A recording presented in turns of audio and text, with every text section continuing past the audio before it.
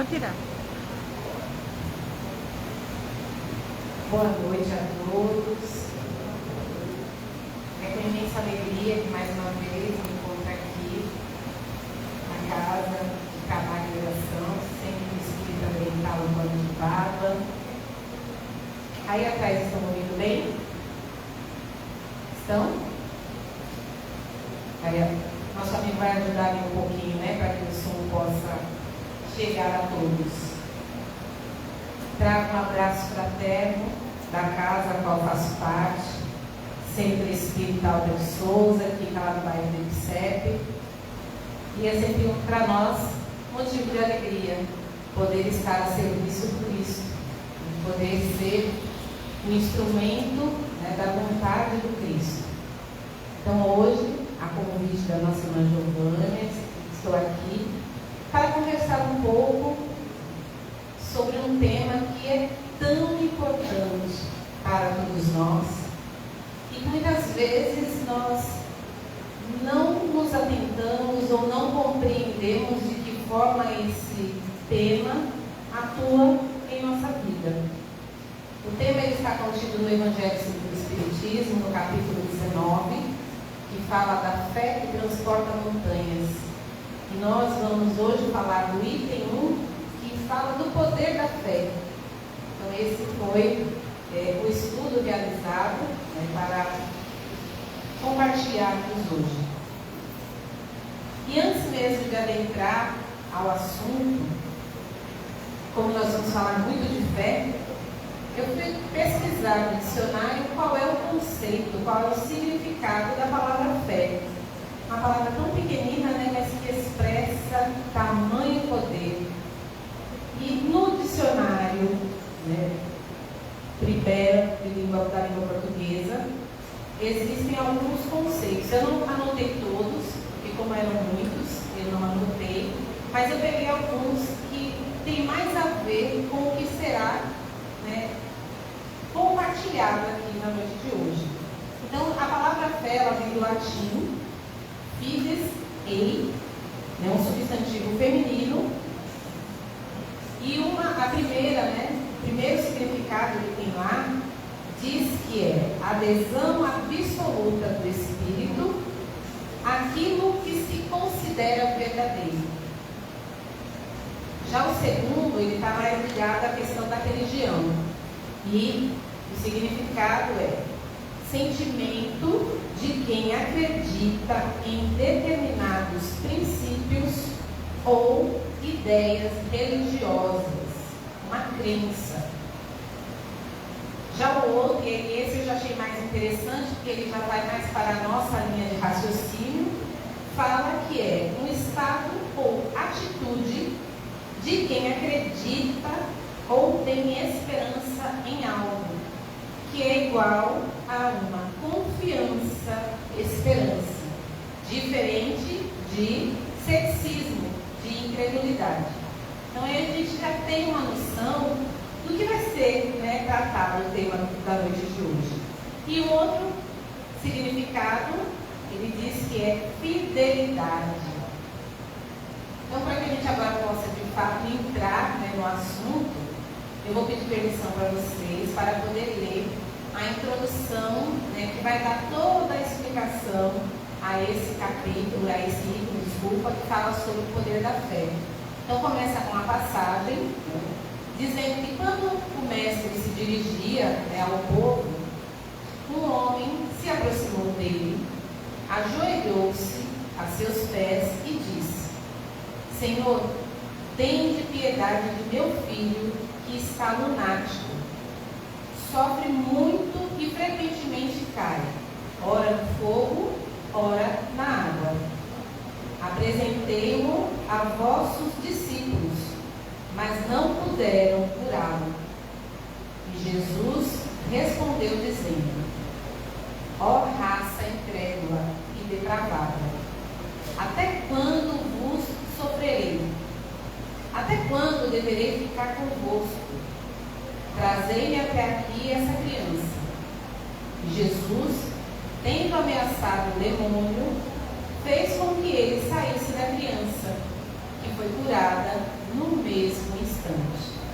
Então, os discípulos vieram encontrar Jesus em particular e lhe interrogaram e perguntaram: por que nós mesmos não podemos tirar esse demônio?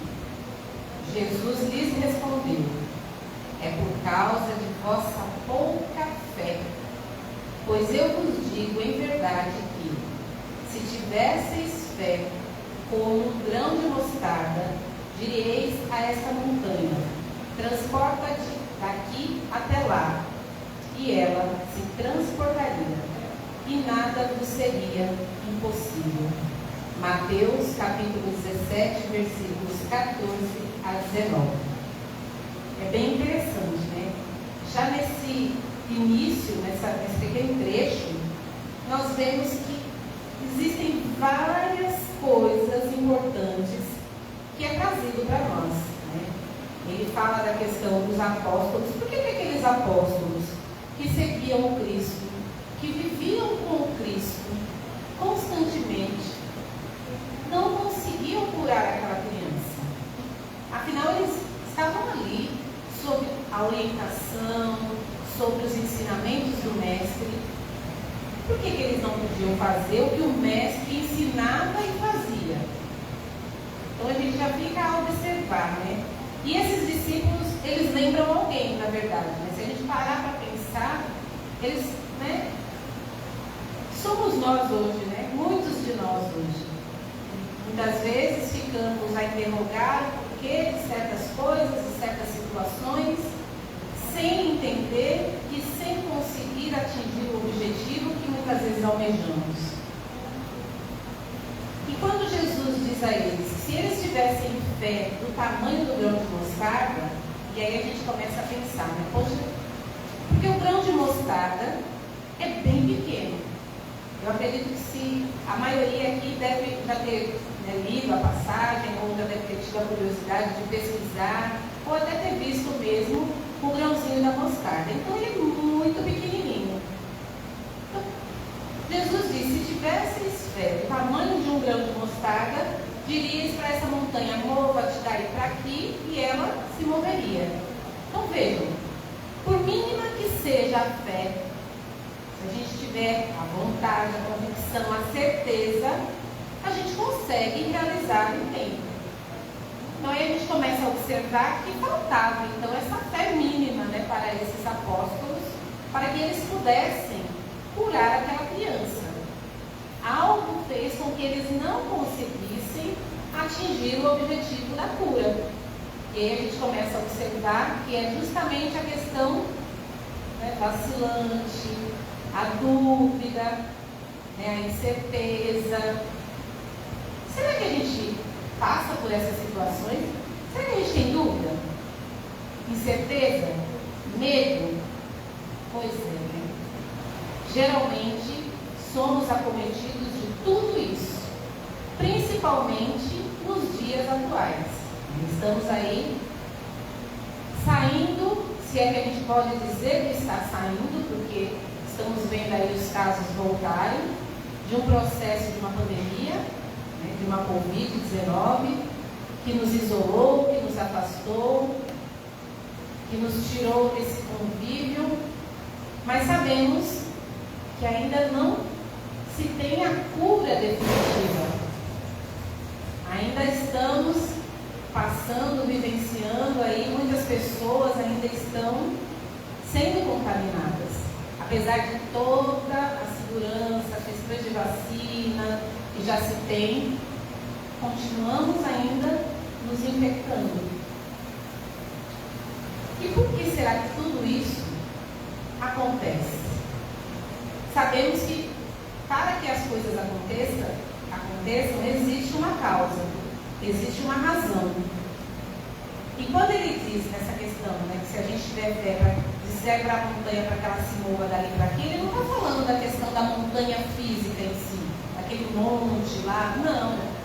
Ele está falando justamente desses problemas do cotidiano, né, dos nossos egoísmos, das nossas vaidades, das coisas, das dificuldades materiais que nós vivenciamos, que muitas vezes nós atraímos para a nossa vida, por ainda sermos egoístas, orgulhosos, vaidosos.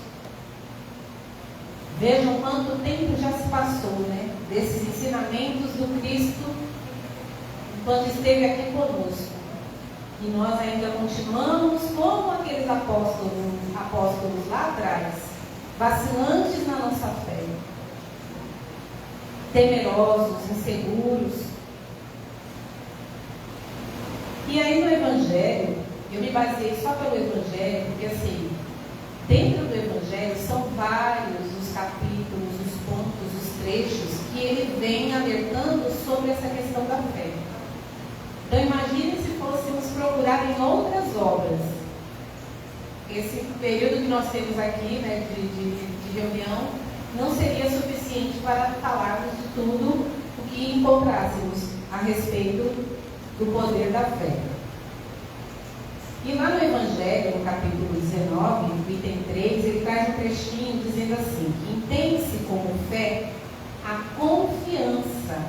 E aí a gente começa a ver que faz, né, sentido aquele conceito que nós trouxemos logo no início. Né? Que ele vai falar, vai estar conectado, ligado diretamente à confiança que se tem no cumprimento de uma coisa, na certeza de atingir um objetivo. Ela dá uma espécie de lucidez que faz ver, pelo pensamento, os fins que se tem em vista e os meios para atingi-los, de modo que quem a possui caminha, por assim dizer, com total segurança. Aí eu fiquei pensando, se é para a gente atingir, né, os objetivos, por que muitas vezes a gente almeja, a gente deseja tanto algo e a gente fica, né, naquela certeza que a gente vai conseguir e aquele intento, aquele objetivo não é alcançado, não é atingido? Por que será que isso acontece? Se pararmos para observar, geralmente esses nossos desejos, eles estão sempre ligados às coisas materiais e não às coisas morais, às coisas que realmente fazem parte e são necessárias à nossa evolução moral, do que o espírito realmente necessita. Então a gente almeja muitas vezes uma conquista de um bem, a conquista de um cargo, a conquista de alguma posse, a solução de algum problema. A gente quer a solução, a cura de algum problema, de algum problema de saúde. Geralmente é assim que a gente pensa, né? Eu quero a cura, eu preciso da cura, eu preciso resolver tal problema assim, ou tal situação assim. E a gente não para pensar que aquele problema, aquela situação, aquela deficiência de saúde, muitas vezes, ela nos é necessária para que a gente possa justamente trabalhar essa questão moral. A tão falada reforma íntima, né? Que a gente foge tanto. Como a gente foge da reforma íntima? A gente quer sempre deixar para depois. Nunca quer começar. Depois eu faço. Agora não, agora eu não tenho tempo, agora eu preciso conquistar isso, aquilo outro. Quem sabe quando eu conquistar tudo que eu pretendo, ou quando eu me aposentar, eu começo a pensar nessas coisas, eu começo a pensar em talvez frequentar, né, uma igreja, um centro, a me vincular em alguma religião, a fazer alguma obra assistencial.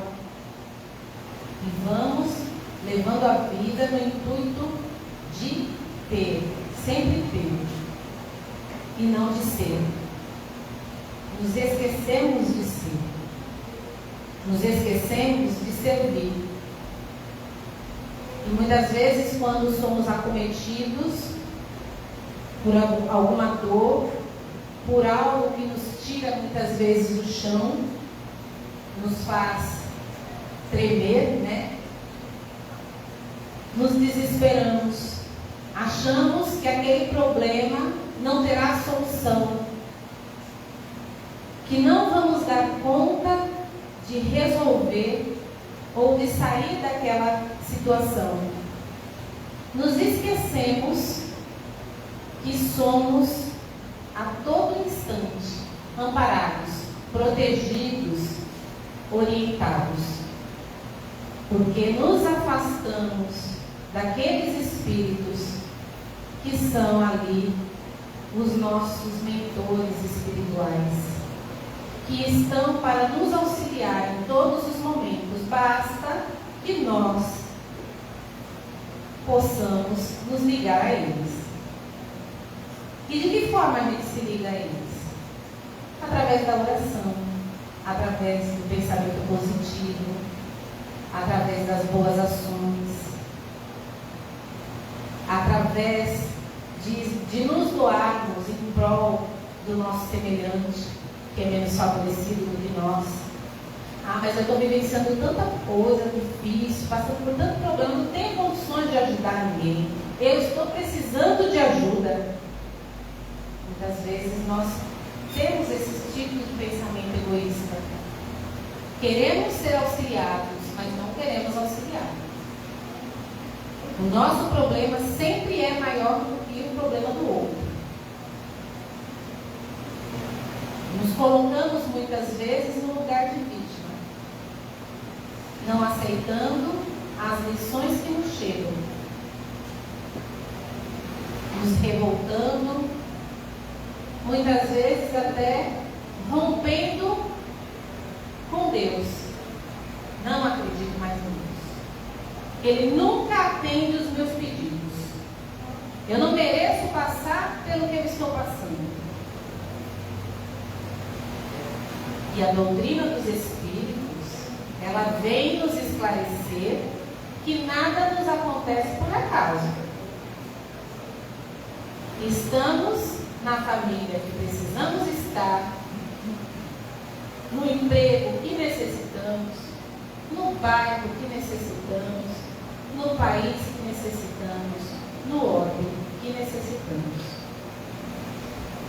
Não adianta querer dizer que está sendo vítima, porque se a gente começar a observar as nossas atitudes, nós vamos perceber que nós não somos tão vítimas assim. E aí, lá no capítulo 5 do Evangelho, Bem-aventurados os aflitos, tem um item bem interessante que diz assim: proveito do sofrimento. E o sofrimento tem algum proveito? Quem é que aproveita alguma coisa quando está sofrendo? Será que não tem nenhum proveito? Olha só o que São Luís nos diz. É feita a pergunta e aí ele vai esclarecer.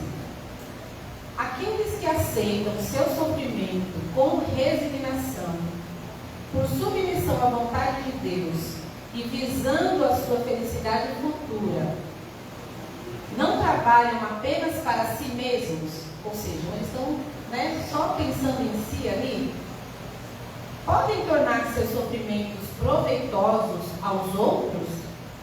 Será que pode ou não? E a resposta é a seguinte: esses sofrimentos podem ser proveitosos aos outros, material e moralmente. Materialmente, se pelo trabalho, privações e os sacrifícios a que se impõem, aquele que sofre, contribuem para o bem-estar material de seu próximo. Ou seja, ele está passando por toda aquela privação, por toda aquela dificuldade, mas ele está auxiliando, ele está fazendo o bem ao outro. E moralmente, pelo exemplo que dão com a sua submissão à vontade de Deus. Esse exemplo do poder da fé espírita pode induzir os infelizes à resignação, salvá-los do desespero e de suas consequências desastrosas para o futuro. Então, muitas vezes, quando nós passamos por determinadas situações de dor, de sofrimento, que a gente acha que não estamos auxiliando a ninguém, se a gente vivencia com resignação, com coragem, com fé, nós estamos aprendendo, colhendo os proveitos daquele ensinamento e também estamos servindo de exemplo para outros que às vezes vivenciam situações semelhantes às nossas, problemas parecidos com os nossos. Poxa, se fulano está passando por tal coisa assim, muito parecido com o que eu estou passando, fulano conseguiu êxito, fulano está bem, não demonstra que está passando por tantas dificuldades, por que eu vou ficar da mesma forma? Não, ele consegue, eu também vou conseguir. Veja, muitas vezes a gente acha que ninguém nos percebe, mas nós somos exemplos para muitos outros. E qual é o tipo de exemplo que nós estamos sendo? Aí eu fiquei preocupada. Quando eu li essa resposta, eu fiquei pensando, meu Deus, vejam como é sério. A gente acha que a gente está ali naquela nossa vidinha, que ninguém se importa, mas nós servimos de exemplo para todos aqueles que nos cercam. Muitas vezes até pessoas que não nos conhecem, mas nos observam no dia a dia, vê a nossa postura, as nossas atitudes. E aí eu lembrava, depois que eu li a resposta, eu lembrava de uma situação que uma amiga me relatou um tempo atrás, de uma conhecida dela, que teve uma gestação que não foi planejada, mas foi muito amada, e ela teve a gestação até a 32ª semana.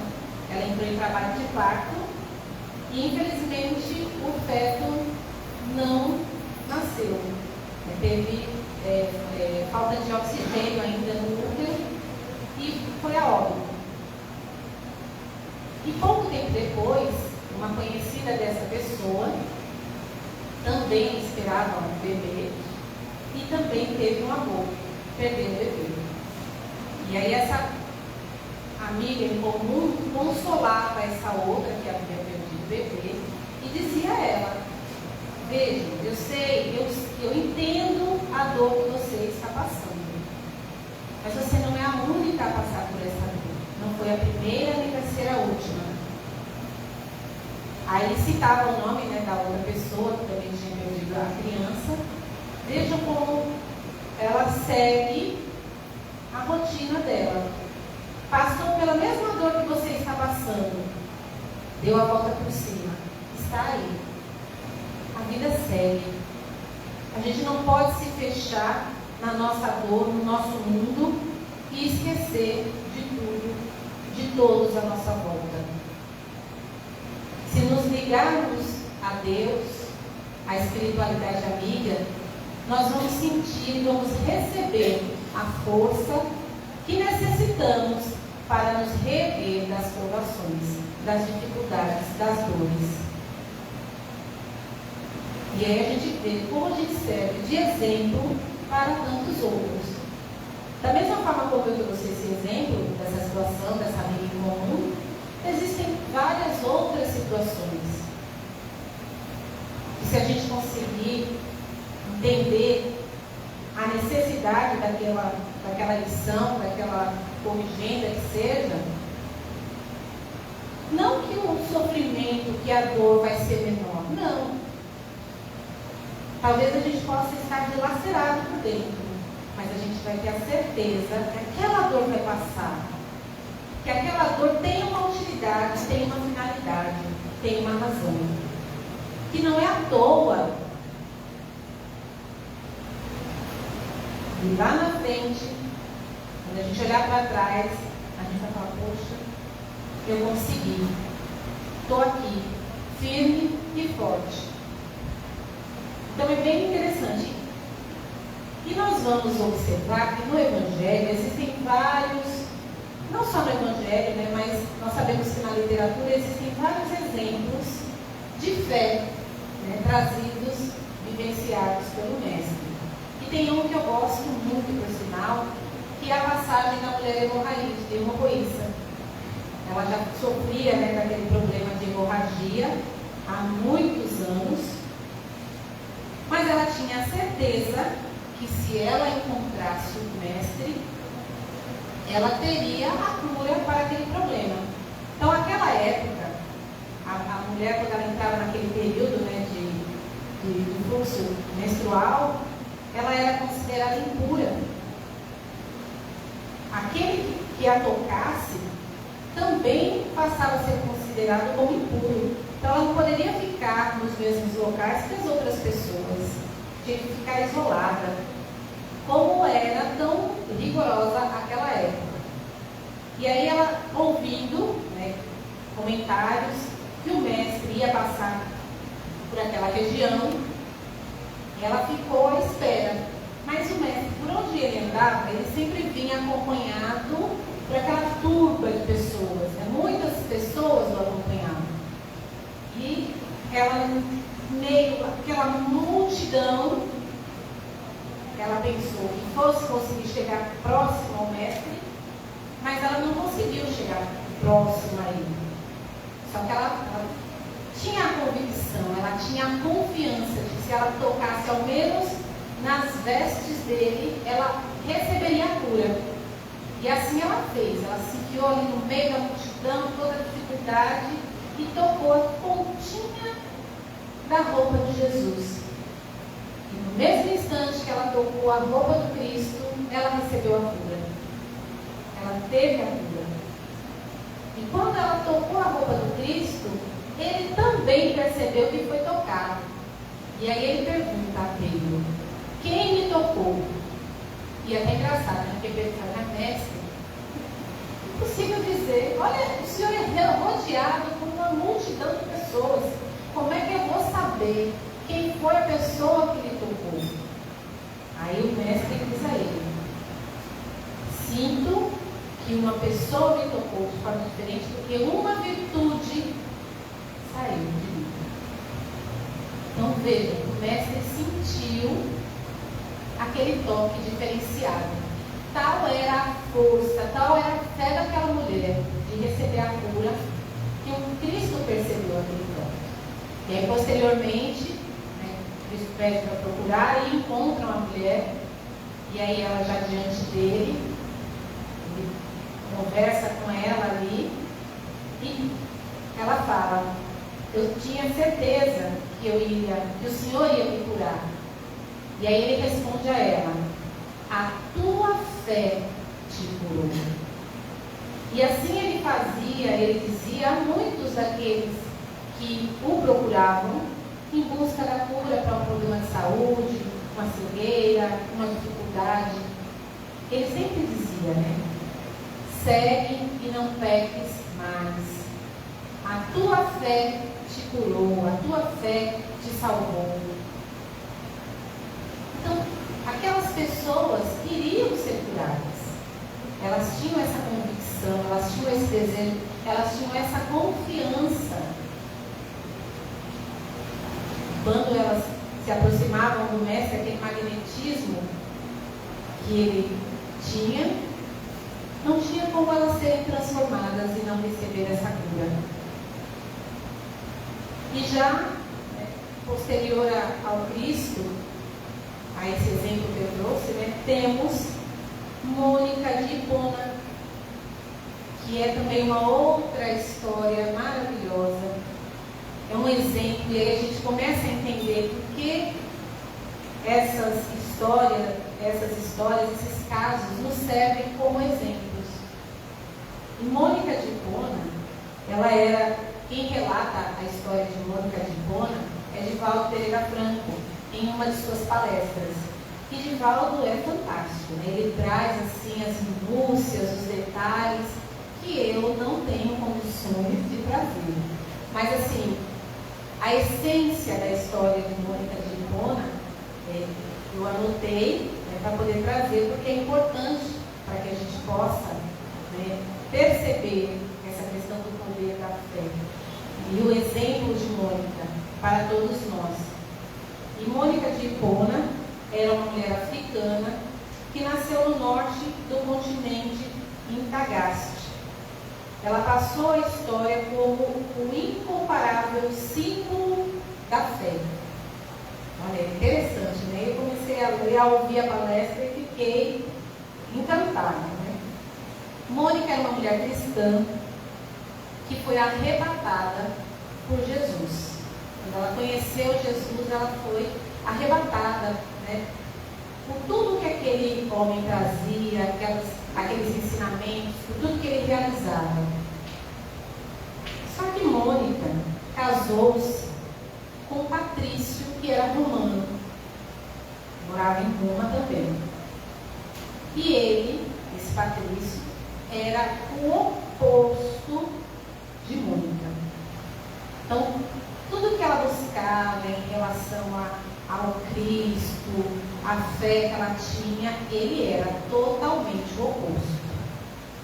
Ele era um homem muito rude, era um homem violento, voltado a inúmeros vícios, diversos, por sinal, inclusive o vício do álcool.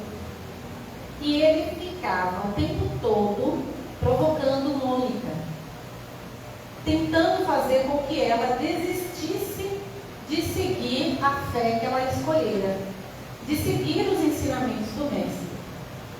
E como se não bastasse já esse marido, né, tão agressivo, tão violento, ela também tinha a sogra que era do mesmo jeito que o marido. Só que essa sogra passou a morar com ela, né, foi morar com o filho. E aí o filho e a sogra se juntaram para infernizar a vida de Mônica. A sogra fez da vida dela um verdadeiro inferno. Criticava, falava mal, espizinhava mesmo. E ela, firme ali, sempre tentando trazer para eles os ensinamentos do Mestre, falando de Jesus, e eles debochavam, ironizavam. Só que, no decorrer dos anos, Mônica engravida e tem 3 filhos. Né? Teve um, depois do outro e o outro. E aí, a partir do momento que ela tem essas crianças, uma dessas crianças vai lhe fazer realmente comprovar a fé que ela tinha. E ela começa, um desses filhos, ele se mostra da mesma forma que o pai e a avó. Uma criança muito rebelde, muito agressiva, não aceitava corrigendas, orientações. Ele realmente seguia o exemplo do pai e da avó. Tratava a mãe de uma forma muito cruel, muito violenta. E ele foi crescendo dessa forma, quando o rapazinho se envolveu com todo tipo de vicissitude, de violência, de prazeres que Roma oferecia à época. Participou de roubos, tudo que era errado, ele, Agostinho, se envolveu. E aí, já na sua fase mais jovem, já adulto, ele resolve, ele tem contato com uma determinada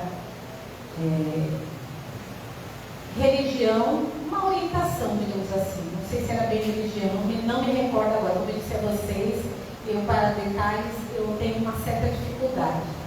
Enfim, ele começa a seguir, né, um grupo e se interessa por estudar, por pesquisar. E nesse estudo ele se mostra um excelente orador, contestador, mas ele acha que ele precisa aprofundar esses conhecimentos e resolve ir para Milão, estudar lá. Nesse meio tempo, o pai já havia morrido e ele e a mãe e os irmãos continuavam, mas Mônica, né, continuava a cuidar da avó, né, da avó de Agostinho. Cuidou da avó, Mônica cuidou da sogra até os últimos instantes da vida da sogra, com devotamento, com amor, com respeito. Mas ela cuidou daquela sogra, mesmo a sogra desmerecendo-a, maltratando-a. E aí, quando o filho resolve se mudar para Milão, para aprofundar-se nesses estudos, ela o acompanha, né? Vai toda a família para lá. E quando lá ele se encontra, ele começa a fazer parte, né, desse grupo de estudos e tal, e ele, em determinado momento, encontra um apóstolo que tinha o nome de Ambrósio. E esse apóstolo era, assim, totalmente diferente de Agostinho. Falava do Cristo, trazia ensinamentos maravilhosos sobre Jesus, encantava a todos, até aqueles que não eram cristãos, ficavam encantados ao ouvir Ambrósio falar. E aí Agostinho, tendo contato com ele, também se encanta. Ouve ele falar, ouve a pregação, ele passa o tempo, mas só que ele continua levando aquela vida totalmente desregrada que ele escolhera. Aí ele acaba se juntando com uma outra pessoa, uma mulher, tem um filho, que ele também abandona, ele não cuida, ele releva ou abandona aquele filho. É a mãe dele que mais uma vez, né, está ali para auxiliar, para orientar aquele neto. Só que Mônica, sempre que podia, falava com o filho sobre os ensinamentos do Cristo, pedia por esse filho em oração. Era incansável. E em determinado dia, ele, num momento de perturbação, de desequilíbrio, ouve uma voz dizendo para que ele se dirija até o templo. E lá ele vai e encontra Ambrósio fazendo uma pregação. E aí Ambrósio profere ali a pregação, faz alguns questionamentos, e diante desses questionamentos que Ambrósio vai fazendo, ele vai refletindo, ele vai pensando, e ele sente, né, algo diferente. Algo diferente acontece com Agostinho. E aí ele cai em si. E ele percebe tudo o que ele vinha fazendo na vida dele. Quando ele sai dali do templo, ele abraça a mãe e diz para ela, eu anotei aqui para poder trazer fielmente o que ele diz, né? Aí ele diz à mãe: tuas orações foram ouvidas pelo Senhor dos mundos, tu vencestes, minha mãe. E aí então Mônica responde a ele: foram 27 anos de oração, meu filho, para resgatar-te do mal. Vejam, 27 anos. Gente, olha que exemplo de fé, de certeza, de confiança que essa mulher dá a todos nós. 27 anos, não foram uma semana, 27 dias, não. Foram 27 anos orando por aquele filho, orando por aquele esposo, por aquela sogra. Então, Agostinho resolve voltar para Hipona e refazer, né, a vida dele lá em Hipona, onde ele havia feito tantas coisas erradas. Ele volta para lá, a mãe o acompanha, mas ela já em idade avançada, né, cansada de tantas coisas, ela também vem a desencarnar, né? E nós temos então o exemplo de Mônica, né? Ao desencarnar, ela desencarna abençoando o filho e dizendo para ele que ele nunca se esqueça do poder da oração. A oração é portadora de um vigor que modifica qualquer tipo de estrutura, que ele havia sido arrebatado aos céus interiores através da sua contínua oração. Vejam, o amor daquela mãe por aquele filho, a fé que ela tinha, a confiança que ela tinha e o amparo que ela recebeu. Ela sabia que aquele casamento que ela tinha era uma necessidade para que ela pudesse provar a fé que ela tinha e para que ela pudesse servir de exemplo a todos os outros. E aí, quando eu terminei de ouvir a palestra, eu fiquei reflexiva, pensando, meu Deus, que exemplo, que vivência. E muitas vezes nós não passamos nem um terço de dificuldade e a gente já se lamenta, já se desespera, já se revolta, se acha injustiçado. Não entendemos o que nos acontece. Se vem um dia de chuva forte, a gente reclama. Se não chove, a gente reclama. Se vem uma doença, a gente não aceita a doença, acha que não merece. Se vem uma pandemia, a gente não entende, não aceita. Olha aí. Recebemos a todo o instante a oportunidade de aprender, de evoluir moralmente através dessas dificuldades todas que nos assolam. Recebemos a todo instante a oportunidade de ser o exemplo do Cristo, de passar, de vivenciar, de exemplificar e multiplicar esses ensinamentos. E muitas vezes não nos damos conta. E aí, para concluir, não poderia ser diferente. Eu vou pedir licença a todos para ler, porque se trata de um poema curtinho, tá, gente? Não é muito grande, não. Mas é um poema que tem tudo a ver com tudo que foi trabalhado, que foi compartilhado aqui na noite de hoje. E que ele possa servir de reflexão para todos nós. E mais do que refletir, que a gente possa utilizar como exemplo na nossa vida diária. O título desse poema é Cura Espiritual. Comece orando. A prece é luz na sombra em que a doença se instala. Semeie alegria. A esperança é medicamento no coração. Fuja da impaciência. Toda irritação é desastre magnético de consequências imprevisíveis.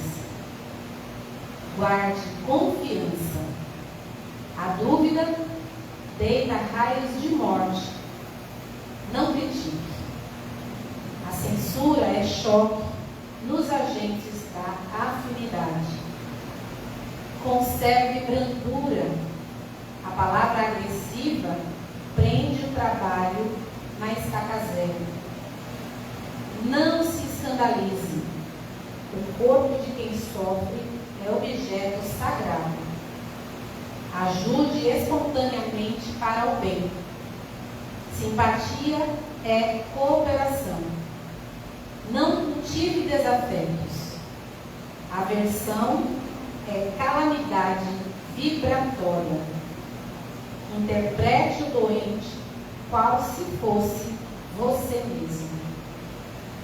Toda cura espiritual lança raízes sobre a força do amor. Francisco Cândido Xavier e Valdo Vieira, no livro O Espírito da Verdade, por Espíritos Diversos, capítulo 53. Que possamos fazer brilhar a nossa luz, pois trazemos essa luz interior. E o Cristo já nos disse: podeis fazer tudo o que eu faço e muito mais. Que Jesus nos envolva, nos proteja e nos abençoe hoje, agora e sempre.